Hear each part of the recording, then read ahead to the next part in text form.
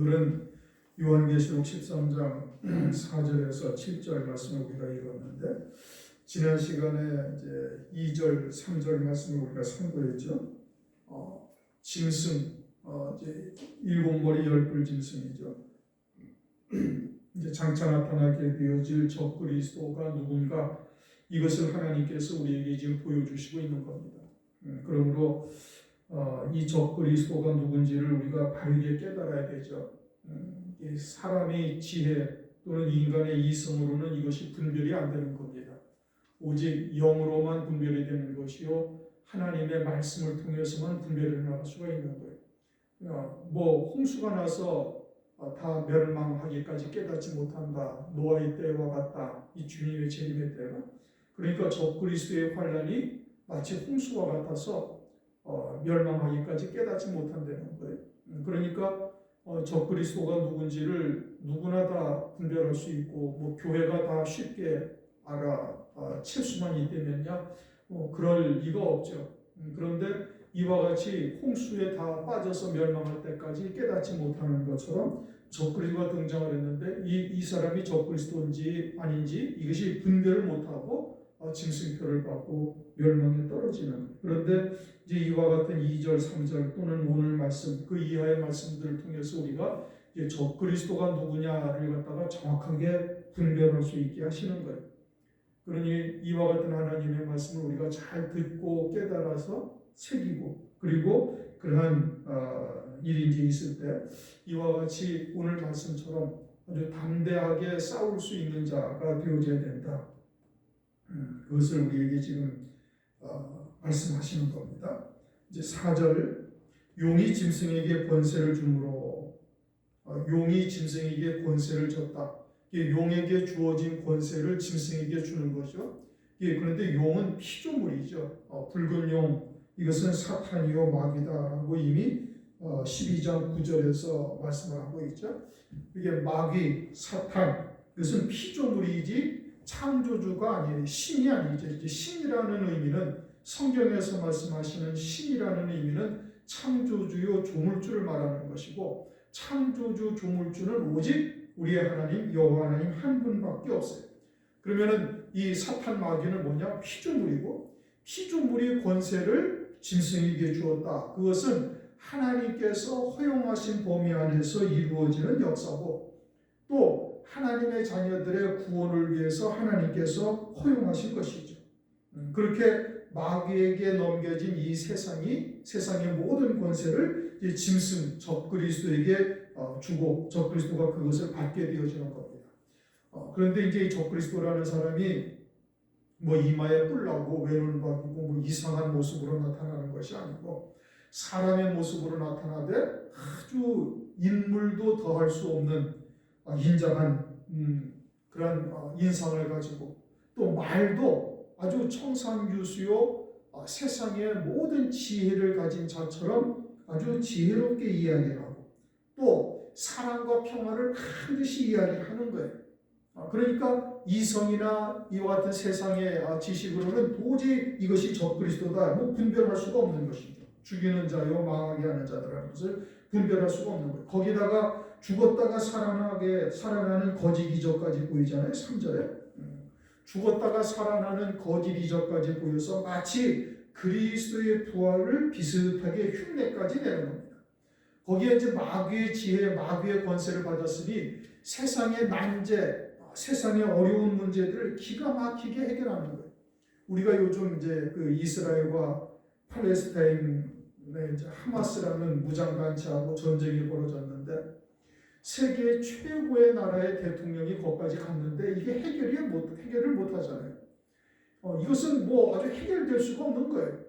이 아주 종교적인 문제가 들어가 있는 거기 때문에 이것은 어떤 세상의 어떠한 방법으로도 해결이 불가능한 이와 같은 난제들인데, 이런 문제를 갖다가 적그리스도가 등장하면 기가 막히게 해결하는 거예요. 아주 묘수를 발휘하는 거예요. 그러니까 사람이 상상할 수 없는 지혜를 가지고 세상의 산적한 난제들을 기가 막힌 방법으로 해결해 나가는 겁니다. 기상이변, 이런 것도 마찬가지고, 이런 전쟁 또는 갈등, 또 이제 코로나19와 같은 이와 같은 전염병과 같은 것이 있게 되어지면 이제 경제가 완전히 좀 망가지게 되어지죠. 뭐 거의 공황 같은 상태가 이루어지게 되는데 그럴 때 또 이런 문제도 기가 막히게 해결해서 마치 세상은 그리스도와 같은 모습으로 그를 받아들일 수밖에 없게 되는 것이죠. 그러면서 말로는 평화, 사랑 이런 것을 이야기를 하고 있으니 그러니 이 마귀의 권세를 받아서 이 마귀의 권세를 받은 이 짐승이 아주 뭐 기가 막힌 묘수를 발휘하면서 세상의 산적한 문제들을 해결하게 되어지는 겁니다.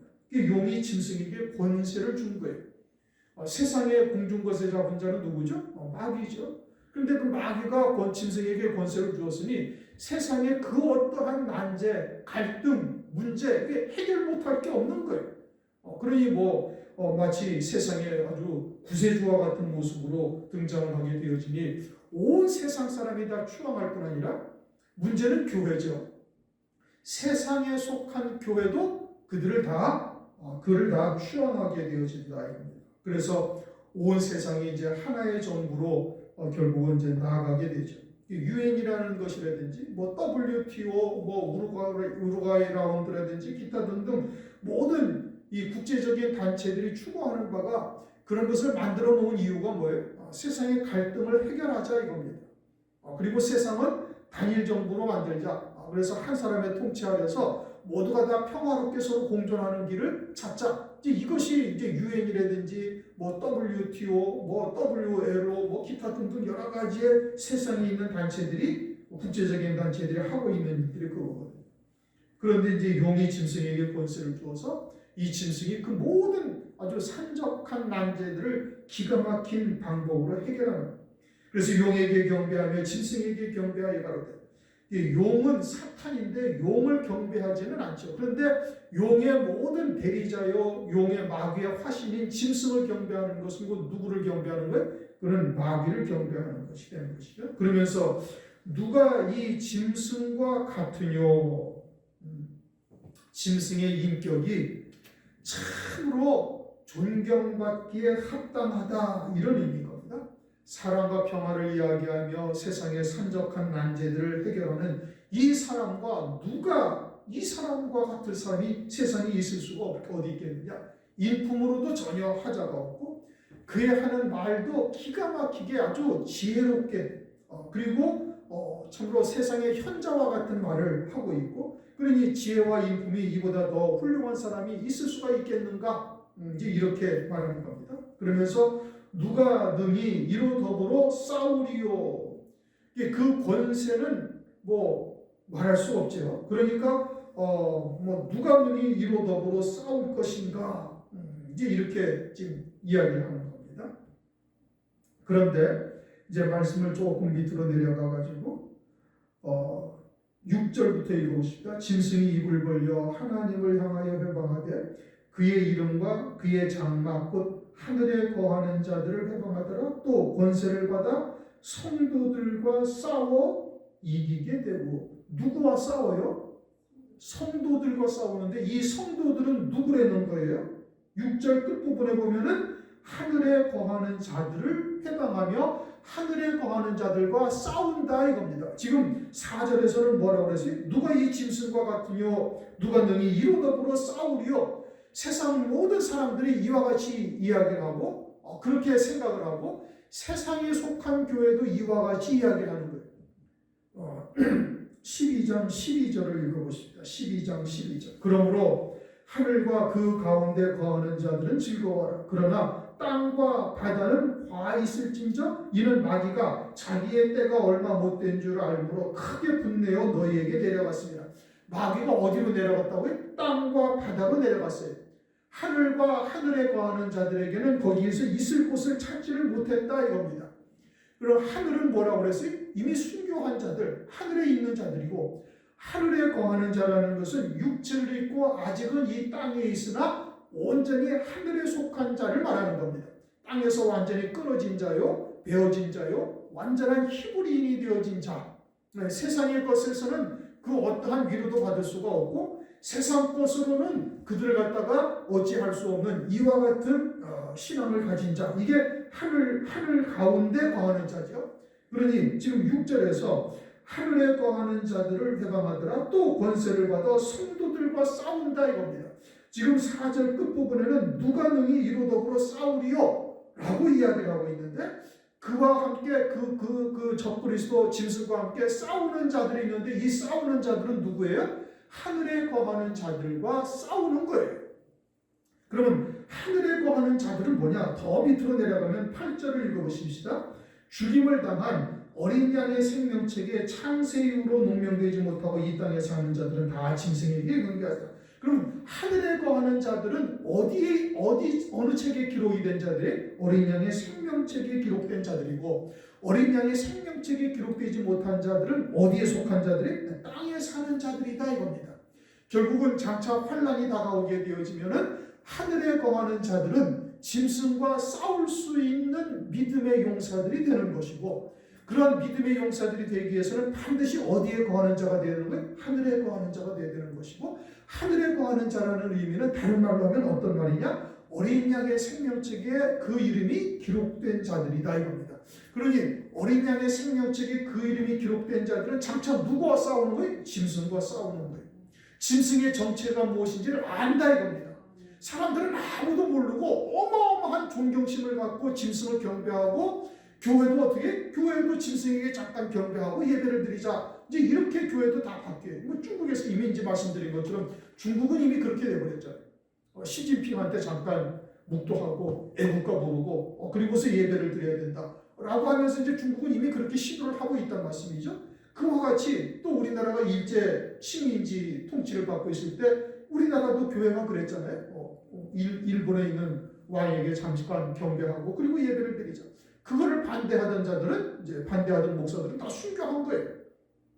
그것을 이제 찬성했던 목사들이 남아있다가 이제 뭐 지금까지 이어지고 있는 그 계통을 다 이어받고 있고 하지만은 어쨌든 이 적그리스도와 누가 능히 이 적그리스도와 짐승과 싸우리요라고 일반적으로 다 얘기를 하는데 그럼 이렇게 얘기하는 자들은 누구예요? 땅에 거하는 자들이에요. 땅에 사는 자들은 짐승에게 다 경배한다 이겁니다. 그렇게 짐승이 짐승인지를 모르는 거예요. 적그리스도인지를 모르는 거예요. 환란이 시작되었다라는 것도 깨닫지를 못한다 이겁니다. 환란이라는 것을 알면은 그러면은 이게 환란이 되었구나. 이렇게 세상 사람이 일반적으로 인식하는 환란이라는 것은 뭐예요? 막 천지가 난리가 나고 개벽이 하고 뭐 여러 가지 막 기이한 일들이 벌어지고 이런 것을 환란이라고 생각을 하는데 환란은 그렇게 다가오질 않는 거예요. 이게 영적인 문제예요. 교회만 당하는 환란이에요.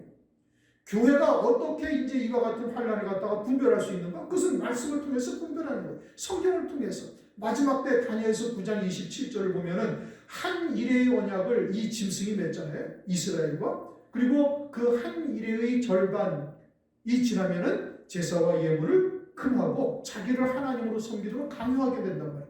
그러니까 지금 이스라엘과 팔레스타인 또는 이스라엘과 아랍권과 이게 아주 뭐 앙숙이죠. 그들은 아주 이스라엘이라는 나라를 인정하지를 못하는 거예요. 우리는 성경이라는 것을 통해서 이스라엘에 상당히 호감을 갖고 있지만 사실은 이스라엘이 아랍 사람들한테 어마어마한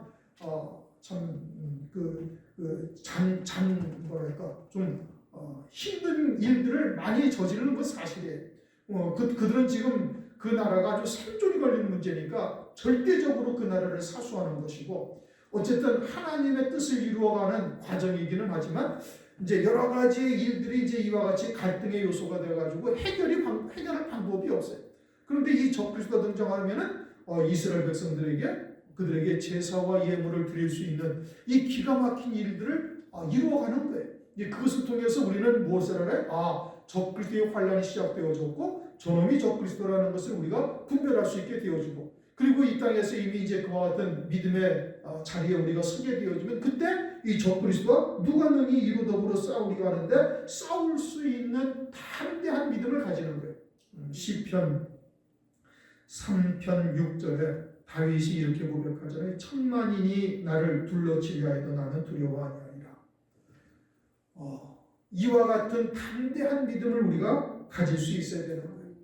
그러니까 이것은 우리가 적그리스도 또는 요한계시록의 말씀을 우리가 지식으로 듣고 그저 이것이 이렇게 해석되어 주는구나 라고 아는 것으로 되어져서는 절대 우리가 그날 이러한 믿음을 가질 수가 없어요.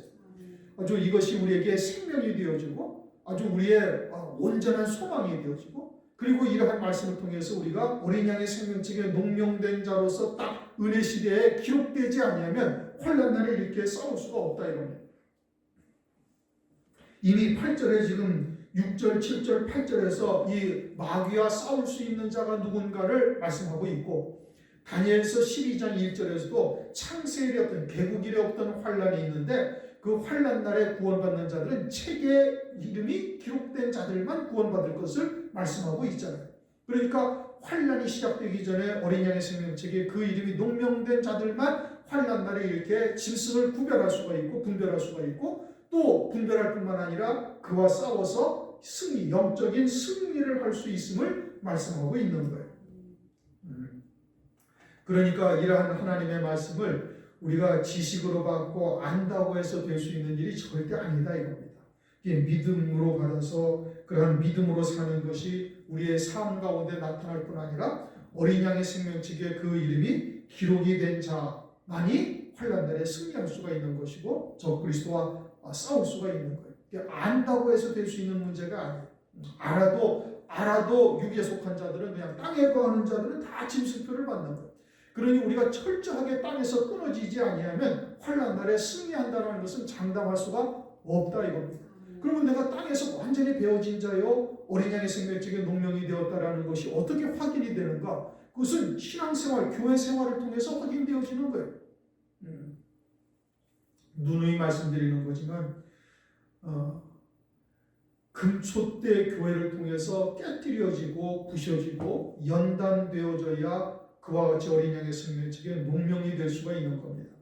여러분들이 이제 뭐 방송을 통해서도 이제 인터넷을 통해서도 밖에서도 들을 수 있는, 뭐 우리 교회 나오지 않는 사람도 듣는 사람들이 여러 명이 있어요. 여러 명이 있고 또 뭐 유튜브를 통해서 듣는 사람들도 있고, 그런데 그렇게 듣는 사람들은 자기들이 듣고 그냥 아는 것으로 끝나는 것이고 늘 자기의 신앙을 어떻게 하는가? 합리화시키는 거예요. 자기의 신앙을 아주 요 정도 선이면 충분하리라고 스스로 판단하는 것이지, 그것은 금초대 교회 안에 완전히 속한 자라고 볼 수가 절대 없어요. 그러니까 그것은 아는 것으로 그냥 끝나버리는 것이고, 그와 같이 아는 것으로 지식으로 갖고 있는 자들이 가만히 환난 날에 이와 같이 저 그리스도가 누군지를 분별하고 그와 이렇게 믿음으로 싸울 수가 있는가? 그것은 불가능한 일인 겁니다. 알아도 당하는 거예요. 알면서도 어쩔 수 없이 짐승표를 받고 영멸망으로 끝나버린다 이겁니다. 우리가 하나님께서 7 금초대 교회를 세우시고 그 교회를 통해서 환난을 이길 자들을 갖다가 쇠풀모와 같은 연단의 과정을 거쳐서 그들을 세우신다라는 것을 절대 잊어서는 안 돼요. 하나님께서 이루시는 구원의 섭리가 무엇인지를 정확하게 분별해야 돼요. 자신의 이성이나 자신의 감정을 가지고 잘못 판단했다가는 그냥 그것으로 신앙생활 다 끝나버리고 마는 겁니다. 그러니 누가 이 짐승과 같으뇨 누가 능히 이로더불어 싸우리요, 아무도 싸울 자가 없다 이겁니다. 땅에 거하는 자들은 어느 누구도 싸울 수가 없는 거예요. 그 권세와 그와 같은 지혜와 이런 것에 그냥 다 실족하고 또 협박, 핍박, 그리고 물질 문제 이런 것으로 그냥 그대로 다 끌려 들어갈 수밖에 없는 것이죠.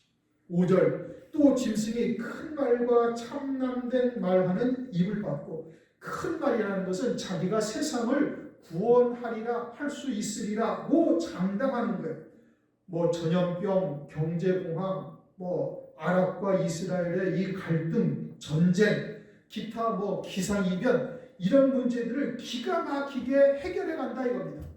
뭐 그 지혜는 거의 사람이 헤아릴 수 없을 정도의 지혜를 가지고 세상의 난제들을 해결하는 거예요. 그러니까 사람들이 다 그를 추앙하게 되어지고 세상 나라가 스스로 자기의 권세를 이양해가지고 우리나라의 이러한 문제도 좀 다스려서 함께 좀 공존합시다. 뭐 이제 이와 같은 모습으로 나타나게 되어져서 마치 이 세상을 에덴 동산처럼 만들 것과 같은 자로 나타나게 되어지고, 그리고 참남된 말하는 입을 가지고 이건 이제 스스로 하나님이라고 나타나는 겁니다. 이제 후 3년 반 되어지면 이와 같은 일이 나타나게 되어지죠.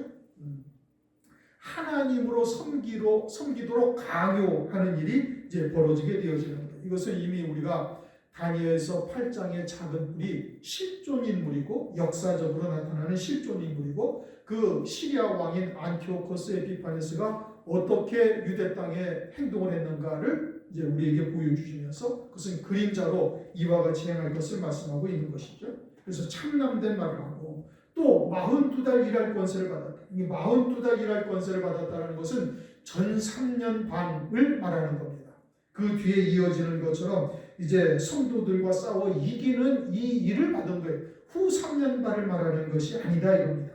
전 3년 반에 하나님의 일을 할 권세를 받은 거예요. 이 권세를 받았다는 것은 성도들의 열매 맺는 영생의 열매 맺는 권세를 깨뜨릴 수 있는 권세를 받은 거예요. 그것으로 일을 한다 이겁니다. 무슨 일을 해요? 하나님의 일을 하는 거예요. 하나님의 뜻을 이루어가는 거예요. 무엇을 하는데? 한때 두때 반때 성도들을 이제 죽이는 일을 하죠. 순교케 하는 일을 하는 거예요. 그것을 통해서 하나님의 뜻이 이루어지는 것이죠. 그 일할 권세를 받았다 이 뜻인 겁니다. 성도들은 요한복음 1장 12절을 보면은 영접하는 자, 그리스도를 영접하는 자는 그 자녀가 되는 권세를 받았잖아요. 그리스도를 영접하는 자는 그리스도를 영접하는 자, 자녀가 되는 권세를 받은 거예요. 그러니까 원죄에 있는 육체를 입고 공중권세 잡은 마귀가 주장하는 세상에서 영생의 열매를 맺을 수 있는 권세가 성도들의 특권이에요. 그 그리스도를 믿음으로 말미암아 우리에게 주어진 권세다 이겁니다. 그런데 그 권세가 깨뜨려지는 거예요. 누구에 의해서? 마귀에 의해서. 그것은 뭐죠? 그것은 우리가 순교하는 거예요. 죽임당하는 것이죠. 그러니까 이 마귀는 우리가 계시록 6장을 보면 큰 칼을 받았다고 그랬잖아요. 그 큰 칼이라는 것이 뭐냐? 하나님의 백성들을 다 죽여버리는 칼이에요. 그리고 짐승표를 받는 자들은 영을 죽이는 것이고 짐승표를 받지 아니하고 마귀와 싸움을 하는 자는 육체를 죽여버리는 것이죠. 그러나 그 육체를 죽이는 것은 우리로 하여금 첫째 부활의 영광에 이르게 하시는 이와 같은 일들을 하나님께서 이루시는 것이죠. 우리의 구원을 말씀하고 있다 이겁니다. 그렇게 일할 권세를 받았다. 그런데 이제 42달, 이 42달이라는 것이 전 3년 반이고 같은 기간을 두 증인들에게는 계시록 11장에서는 그것을 1260일. 이게 왜 성경에 그렇게 기록했는가? 그것은 두 증인이 있는 1260일은 해가 비치는 진리의 빛이 비추는 때요. 그리고 42달이라는 것은 이제 이 마귀의 흑암의 권세가 또 동일하게 또 같은 기간에 행동을 하고 있는데 이와 같이 같은 기간이지만 누구냐에 따라서 그 말씀의 주제가 누구냐에 따라서 어둠의 때와 낮의 때로 이렇게 구별이 되고 있음을 우리가 볼 수가 있는 겁니다. 6절 짐승이 입을 벌려 하나님을 향하여 회방하되 그의 이름과 그의 장막 곧 하늘에 거하는 자들을 회방하더라. 입을 벌려 회방한다라는 것은 말로 회방하고 있음을 말씀하고 있는 겁니다. 그런데 그의 이름을 회방한다. 하나님의 이름을 회방한다. 이것은 마치 그리스도와 같은 모습으로 등장을 해서 사람들에게 그리스도처럼 보이도록 하는 거예요. 그리고는 설령 그리스도가 다시 온다 할지라도 이와 같은 일들을 과연 이루어갈 수 있겠는가 할 정도로 아주 정치, 경제 모든 문제를 아주 능수능란하게 처리해서 이 세상을 말씀드린 것처럼 마치 에덴 동산을 만들 것처럼 보여주는 겁니다. 마귀가 주장하는 세상에서 일어난 모든 세상의 문제는 아무리 난제라 할지라도 마귀가 주장하는 세상이니까 마귀가 권세와 능력을 다 주었으니 아주 기가 막힌 묘수를 베풀어서 모든 문제를 다 해결하는 것. 그래서 그리스도와 같은 모습으로 보여지는 겁니다. 그래서 그리스도 하나님의 이름을 회방하고 그의 장막 곧 하늘에 거하는 자들을 회방한다. 하늘에 거하는 자죠. 하늘에 속한 자죠. 이미 이제 땅에서는 완전히 끊어진 자요 하늘에 속한 자들이죠. 그것이 그들을 갖다가 회방한다 이겁니다. 그런데 무엇을 회방하는 거예요? 장막, 곧 하늘에 거하는 자들을 회방한다. 장막을 회방하는데 장막이라는 것은 구약에서의 성막이죠. 그리고 오늘날 성전이고 오늘날 성전이라는 것은 이제 예수 그리스도를 믿는 자에게 성령이 임하셔서 우리의 심령 속에 하나님의 성전이 이루어지는데 그 성전을 이루는 것을 해방한다 이겁니다. 무엇으로? 말로써 해방하는 것. 그러니까 유혹하고 미혹하든지 아니면은 협박하고 핍박을 하든지 그렇게 해서 짐승표를 받고 완전히 그 성전을 장막을 허물어 버리는 일을 하는 거예요. 그와 같이 하나님의 하늘에 거하는 자들을 회방한다 이겁니다. 그러니 그들은 어떠한 방법을 써서든 하나님의 성전을 심령 성전을 무너뜨려서 망하게 하려는 것이죠. 그것이 안 되니까 아주 육신의 목숨을 빼앗아 버리는 거예요. 한때, 두때, 반때를 통해서 핍박하고 배도하게 하다가 아니 되면은 죽이는 이와 같은 일들을 하는 것이죠. 그러면서 7절 또 권세를 받아 성도들과 싸워 이기게 되고 성도들과 싸워 이긴다. 여기서는 모든 성도들과 다 싸워서 이기는 거예요. 육에 속한 자들은 짐승표를 받게 해서 그 영을 완전히 멸망시킴으로 이기는 것이고 짐승표를 받지 아니하는 하늘에 속한 자들은 육신의 목숨을 끊어버려서 아주 이기는 것처럼 보이는 겁니다. 그러면 짐승이 진짜로 이긴 것이냐? 마귀가 하나님의 성전을 이루고 있는 하나님의 백성들보다 더 강한 존재냐? 그것이 아니죠. 하나님께서는 그들에게 첫째 부활의 영광을 입히시려고 순교케 하시는 것이죠. 악한 자들을 잠시 하나님의 백성들의 구원을 이루는데 도구로 사용하시는 겁니다. 그러니까 마귀는 세상밖에 보지 못하니까 자신들은 이겼다라고 생각을 해요. 그러나 그리스도의 신부가 될 성도들은 죽임을 당하지만 그것은 목숨을 스스로 내어버리는 것이 되는 겁니다. 왜냐? 그와 같은 것을 통해서 첫째 부활의 영광을 입고 어린 양의 안에 그리스도의 신부가 된다는 것을 말씀을 통해서 확신하고 깨닫고 있기 때문에 그러는 것이죠. 요한복음 10장 18절을 보면 이를 내게서 빼앗는 자가 있는 것이 아니라 내가 스스로 버리노라. 나는 버릴 권세도 있고 다시 얻을 권세도 있으니 이 계명은 내가 아버지에게서 받았느니라. 주님은 모든 그리스도인의 대표예요. 주님께서는 버릴 권세로 버리고 다시 얻을 권세로 받는다라고 말씀하고 있어요. 고린도전서 6장 17절을 보면 주와 합하는 자는 한 영이다 이렇게 말씀하시래요. 우리가 예수 그리스도를 믿음으로 하나가 되어지면 한 영이 되어져서 우리도 그리스도 안에서 버릴 권세로 버리고 다시 얻을 권세로 얻는 자가 되는 겁니다. 다시 얻을 권세는 무엇에 대한 권세인가? 첫째 부활의 영광을 얻을 권세를 부여받는 거예요. 무엇을 통해서? 환난 날에 예수의 증거와 하나님의 말씀을 인하여 순교함으로 그들에게는 하나님께서 상급적으로 백보자 심판 이전에 1000년 먼저 그들에게 첫째 부활의 영광을 입히신다. 이것은 계시록 20장 4절에서 6절까지 정확하게 설명하고 있어요. 일반적으로 알기는 데살로니가전서 4장 16절, 17절, 18절 말씀을 가지고 죽은 자들이 먼저 일어난다 하니까 모든 죽은 자들이 주님이 재림하실 때 신령한 몸을 입게 되어진다라고 해석을 하는데 그것은 아주 잘못된 해석이죠. 요한계시록이 무엇인지를 깨닫고 있지 못할 때 그렇게 해석을 하는데 요한계시록에서는 분명히 예수의 증거와 하나님의 말씀이라여 묵배임 받은 자들만 이 첫째 부활의 영광에 참여하고 나머지 죽은 자들은 아무도 그 기간 동안 다시 살지 못함을 분명하게 말씀하고 있어요. 그리고 그들이 희고 깨끗한 세마포를 입은 흰옷을 입은 자들이요. 그 흰옷을 입은 자들만이 어린 양의 아내가 되어짐을 말씀하고 있는 것이죠. 그런데 끝까지 가서 각 족속과 백성과 방언과 나라를 다스리는 권세를 받으니 이제 적그리스도가 온 세상을 다스리는 권세를 받게 되는 거예요. 용이 짐승에게 그 권세를 주었죠. 그러니까 당연히 받는 거예요. 그리고 하나님께서 그것을 허용하시는 겁니다. 하나님의 아들들을 환난을 통해서 정결하게 하시고 그리고 순교케 하시기 위해서 그 모든 권세를 하나님께서 그들에게 허용하시는 거예요. 하나님의 뜻을 이루시기 위함인 것이죠. 그런데 이 7절 말씀에 또 권세를 받아 성도들과 싸워 이기게 되고 각 족속과 백성과 방언과 나라를 다스리는 권세를 받았다라고 이제 이렇게 말씀하죠. 그러니까 적그리스도 즉 짐승이 모든 성도들과 싸워서 이긴다 이겁니다. 환난 날에 이 짐승을 이기는 자가 아무도 없다. 그러니까 이와 같은 권세를 받았으니 그러니 교회는 환난 전에 휴거가 될 것을 위해서 열심히 기도하고 그때를 대비해야 된다라고 주장을 하는 사람들이 있다 이겁니다. 환난 전에 휴거되기를 위해서 기도해야 된다. 왜?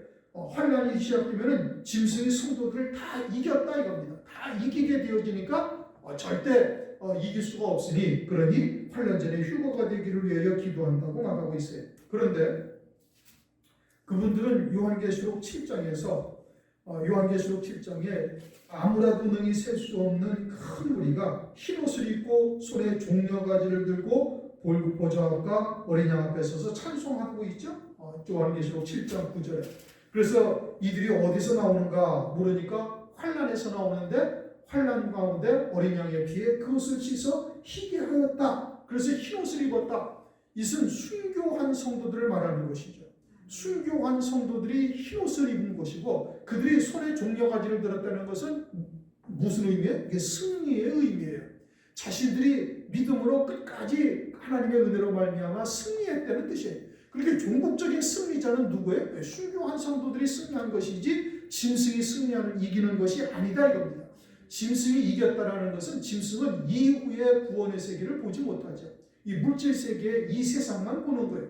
그러니까 이 세상에서 하나님의 백성들을 짐승표 받게 하고 땅에 거하는 자들 그리고 짐승표를 받지 아니하는 자들은 육신의 목숨을 다 죽여서 이 세상에서 사라지게 했으니까 자신들이 이겼다라고 생각을 하는 건데 그러나 정작 승리한 자들은 누가 승리한 것이냐? 예수의 증거와 하나님의 말씀을 인하여 신앙의 정절을 지키다가 순교한 성도들이 승리하였음을 요한계시록에서 정확하게 설명을 하고 있는 거예요.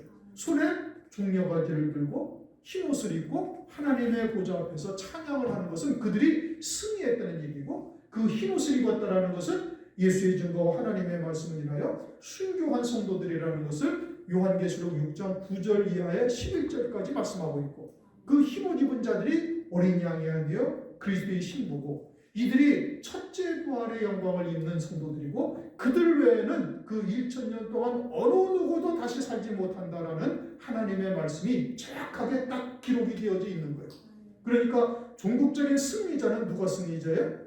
환난 날에 순교한 성도들이 승리하는 거예요. 그런데 13장 7절에 그저 성도들과 싸워서 이 짐승이 다 이긴다. 그러니까 이 말씀을 그냥 아주 문자대로만 그냥 그대로만 보고서 그렇게 해석을 하니 하나님의 말씀을 잘못 해석하는 것이죠. 전체를 봐야 되는 거예요. 요한계시록에 그 정확한 답이 있음에도 앞뒤를 보지 아니하고 그저 한쪽만 보고 휴거를 주장하는 자들은 이제 이렇게 해석을 하면서 휴거를 주장하고 있다. 우리가 하나님의 말씀을 바르게 깨닫고 혹시라도 그와 같은 것을 주장하는 자들이 만났을 때 정확하게 하나님의 말씀을 가지고 그들을 논리적으로 딱 무릎을 꿇게 할 수 있어야 돼요. 그러기 위해서는 성경을 많이 읽으셔야 되고 많이 듣고 그리고 정확하게 분별할 수 있어야 되겠습니다. 오늘은 요한계시록 13장 4절부터 7절 말씀 이것이 우리에게 무엇을 말씀하시는가를 우리가 잘 깨달았어요. 하늘에 거하는 자들 그들은 이 짐승과 싸워서 이기는 자들이 되는 거예요. 누가 이 짐승과 싸우리요 누가 이 짐승과 같으리요 하지만 하늘에 거하는 자들 어린 양의 생명책에 농명된 자들은 짐승이 무엇인지 또 환난이 시작되었는지 그리고 이 환난이 무엇을 위해서 하나님께서 두셨는지를 정확하게 깨달으니 넉넉히 이길 수가 있다. 우리 교회가 다 그와 같은 흰옷 입은 무리에 다 속할 수 있기를 주님의 이름으로 축원합니다. 기도하겠습니다. 하나님 감사합니다. 오늘도 요한계시록 13장의 말씀을 통해서 일곱 머리 열불 짐승과 그가 환난 날에 어떠한 모습으로 등장하고 또 어떻게 우리가 그들을 이길 수가 있는지 살펴보게 하심을 감사를 드립니다. 무엇보다도 우리의 이름이 어린 양의 생명책에 속히 농명이 될 뿐 아니라 14만 4천의 종의 반열에까지 있어서 주의 지림이기를 예비하는 종으로도 쓰임받을 수 있도록 은혜를 베풀어 주시옵소서. 환난이 되면 누가 이 짐승과 같으요 누가 이로 더불어 능히 싸우리요 라고 하지만 그것은 땅에 속한 자들이 하는 말이요 하늘에 거하는 자들이요 어린 양의 생명책에 농명된 자는 능히 이길 수 있음을 말씀을 통해서 깨닫게 하심을 감사를 드립니다. 속히 우리의 이름이 어린 양의 생명책의 농명이 되고 14만 4천의 생명책의 농명될 수 있도록 역사하여 주시옵소서. 예수 그리스도의 이름으로 감사하며 기도드립니다. 아멘.